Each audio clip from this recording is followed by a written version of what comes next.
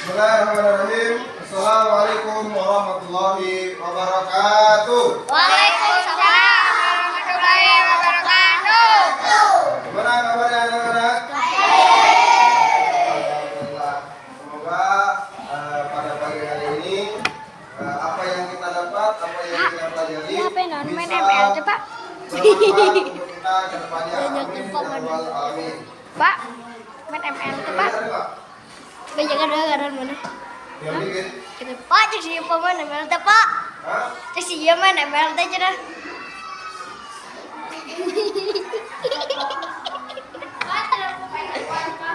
Main ML tuh, cerah, Pak. Ya, jadi di sini kakak mendapatkan tugas, yaitu tugas dari kampus pelajaran Dapat itu ayah. untuk mengajar di Dapat kaciri. Jadi di sini kakak ingin mengajarkan tentang di bab 6. Ada yang tahu? Fikri Bab 6? dapat kaciri dapat. Bab 6 yaitu judulnya senangnya belajar hadis. Apa? Senangnya belajar Hadis. Di judulnya bab 6. Siap. Ayo penampakan. Oh, tak mau bu. Kecil sama.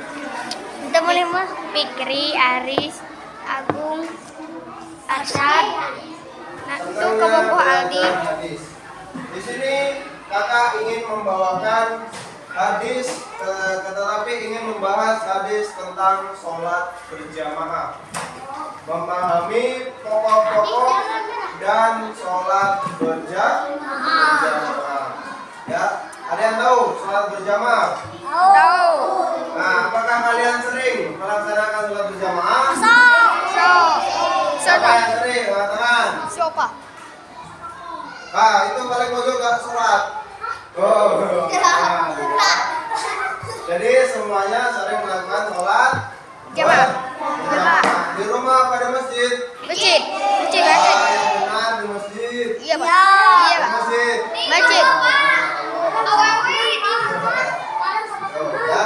Jadi sholat jamaah adalah salah satu ibadah yang sangat dianjurkan dalam agama Islam. Islam, yaitu agama semua umat.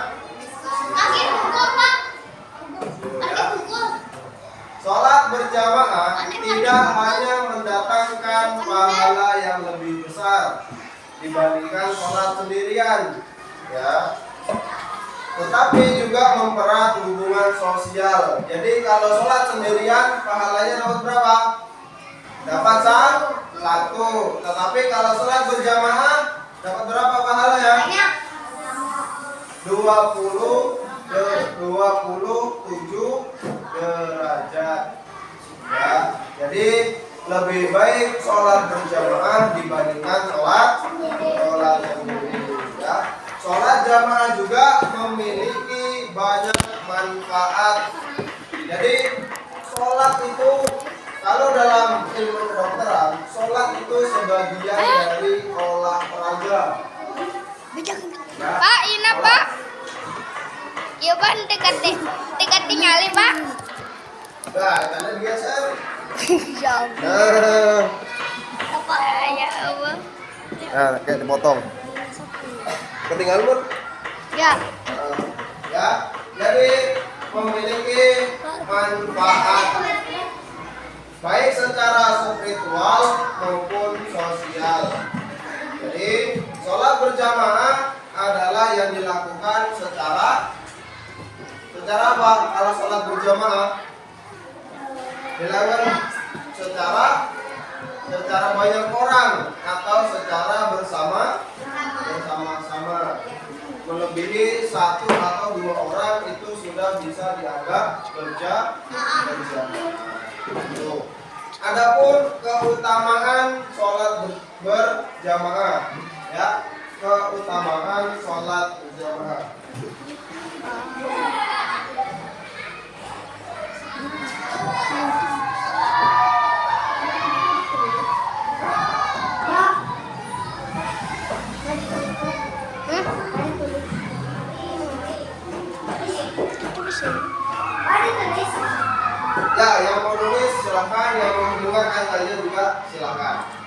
Ya. Keutamaan sholat berjamaah yang pertama yaitu pahalanya yang sangat besar. Misalnya tadi berapa? 27 derajat. Jadi yang pertama apa? Pahalanya orang nulis tuh pahalanya sangat besar atau banyak. Ya. Yang kedua yaitu meningkatkan ukhuwah Islamiyah. Artinya mempererat hubungan persaudaraan. Jadi namanya sholat itu pasti berjamaah. Gak mungkin ketika kita berjamaah tidak mengenal satu sama lain, kecuali kita sholat berjamaah di mana? masjid. Di Mekah. Kalau di masjid sekitar rumah masih kita kenal satu sama lain. Tetapi kalau sholat di Mekah, ya tidak kenal yang dari mana. Itu kan seluruh penjuru dunia, bahkan semuanya di Mekah. Jadi yang kedua apa? Meningkatkan ukhuwah Islamiyah.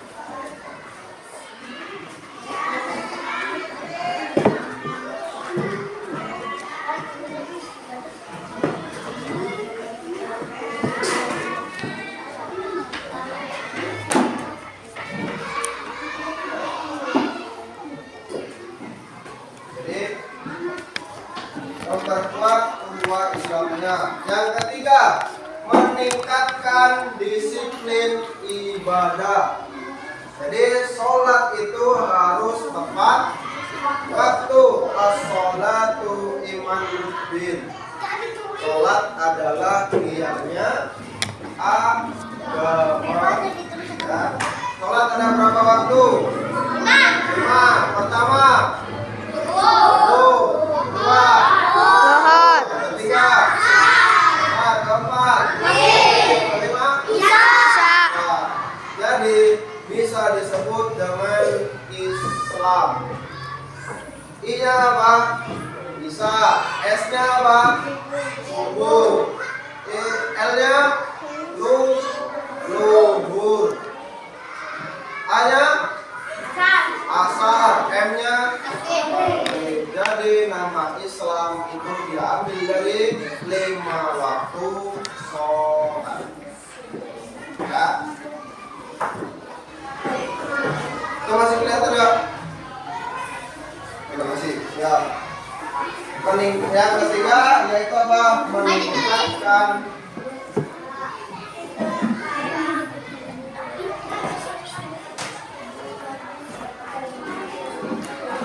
Tanges.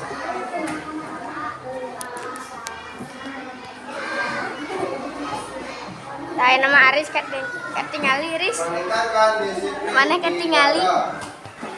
Yang keempat, mendapatkan keberkahan dan rahmat Allah. Itu ingat hati.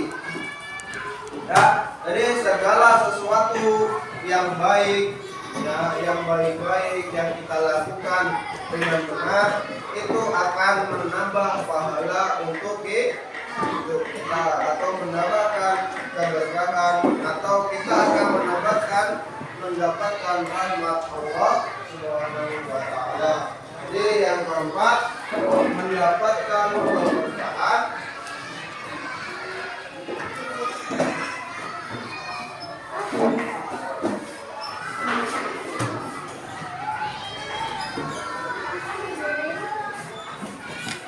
Mau ada bisa. Ini mana bi tutup nabi? Aku mana tadi di sini? Kita ke Turuban. Berenang tadi. Ciklan apa ini satu? Terus oh, gitu. itu adalah keutamaan yang keutamaan sholat berjamaah. Coba kita baca sama-sama keutamaan sholat berjamaah. Yang pertama apa?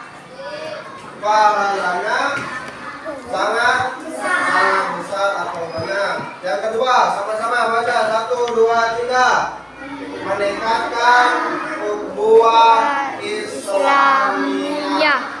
Dan selanjutnya yang ketiga, 1, 2, 3. Meningkatkan disiplin ibadah.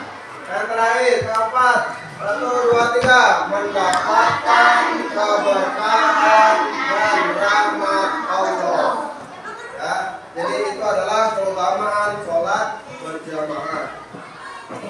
Adapun keutamaan hadis, yang pertama adalah keutamaan sholat berjamaah. Dan selanjutnya adalah keutamaan berdasarkan hadis. Ya.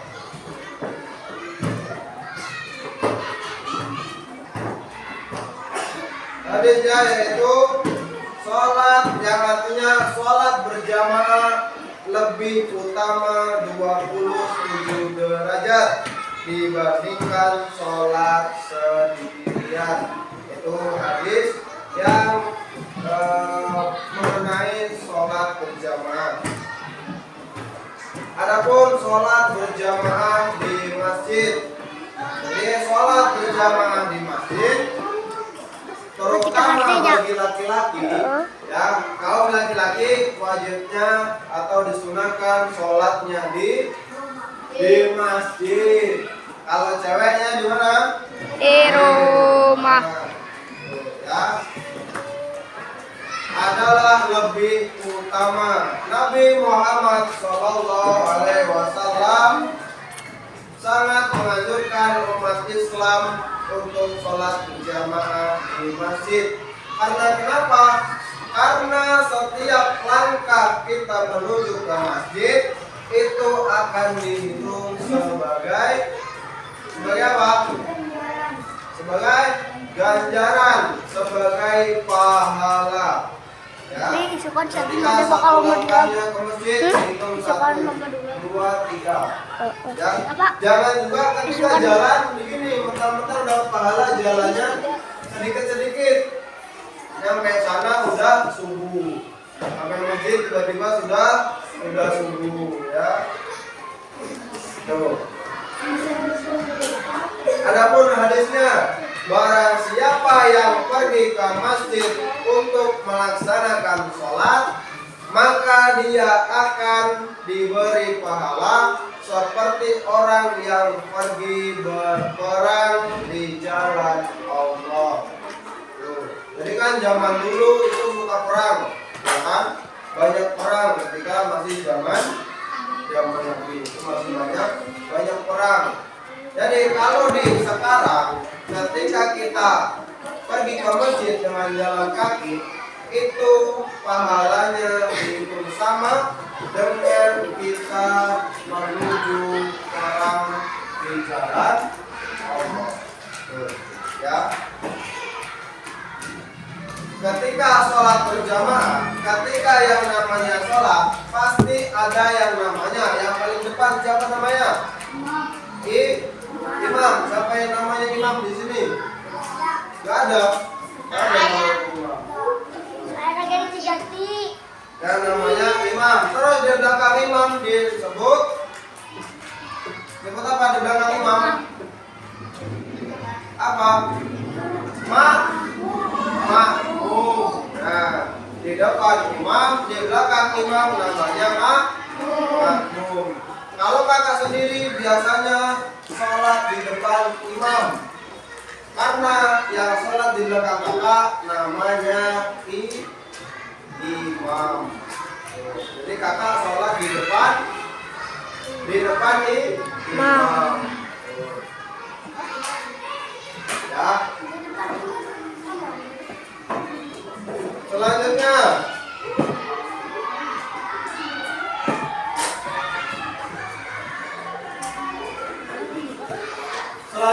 adalah manfaat sholat berjamaah. Jadi ada memiliki beberapa manfaat sholat berjamaah. Tadi sesuai dengan yang kakak bilang, sholat adalah seperti olahraga. Jadi di ilmu kedokteran itu sudah meneliti bahwasanya sholat itu seperti olahraga. Ya, ketika kita takbir, ya, ketika kita ruku, ketika kita sujud, nah, itu ada di situ yang namanya kesehatan di dalam tubuh kita setiap dalam gerakan sholat.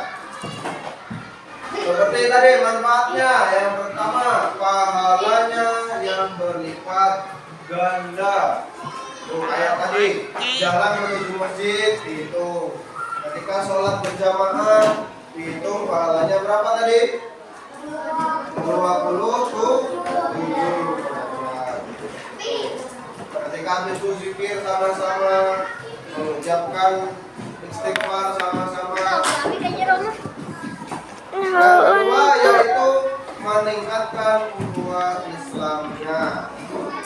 Terus meningkatkan disiplin ibadah, terus mendapatkan keberkahan Allah Subhanahu wa taala. Jadi sholat memiliki banyak keutamaan dan manfaat yang sangat penting bagi umat Islam. Tadi yang sudah kakak jelaskan banyak keutamaan. Keutamaan yang pertama pahalanya yang besar, meningkatkan ukhuwah Islamnya, meningkatkan disiplin ibadah, terus yang keempat mendapatkan keberkahan Allah Subhanahu wa taala. Dalam banyaknya hadis, Nabi Muhammad SAW menekankan pentingnya sholat berjamaah sebagai sarana untuk mendapatkan pahala yang lebih besar, mempererat ukhuwah Islamnya, mendekatkan diri kepada Allah. Jadi oleh karena itu sangat dianjurkan untuk melaksanakan sholat berjamaah, terutama di masjid dengan penuh perhatian dan keikhlasan. Jadi meskipun perempuan juga ingin melaksanakan sholat di masjid itu tidak apa-apa. Ya, sholat Jumat juga di masjid itu sebenarnya perempuan juga tidak apa-apa. Ya, hanya kan disunatkan untuk ketika sholat melaksanakannya di mana? Di rumah. Ya, disunatkannya untuk melaksanakannya di rumah. Untuk laki-laki melaksanakan sholat berjamaah disunatkan di mana? Di masjid secara berjamaah. Jadi mungkin cukup sekian yang bisa kakak sampaikan.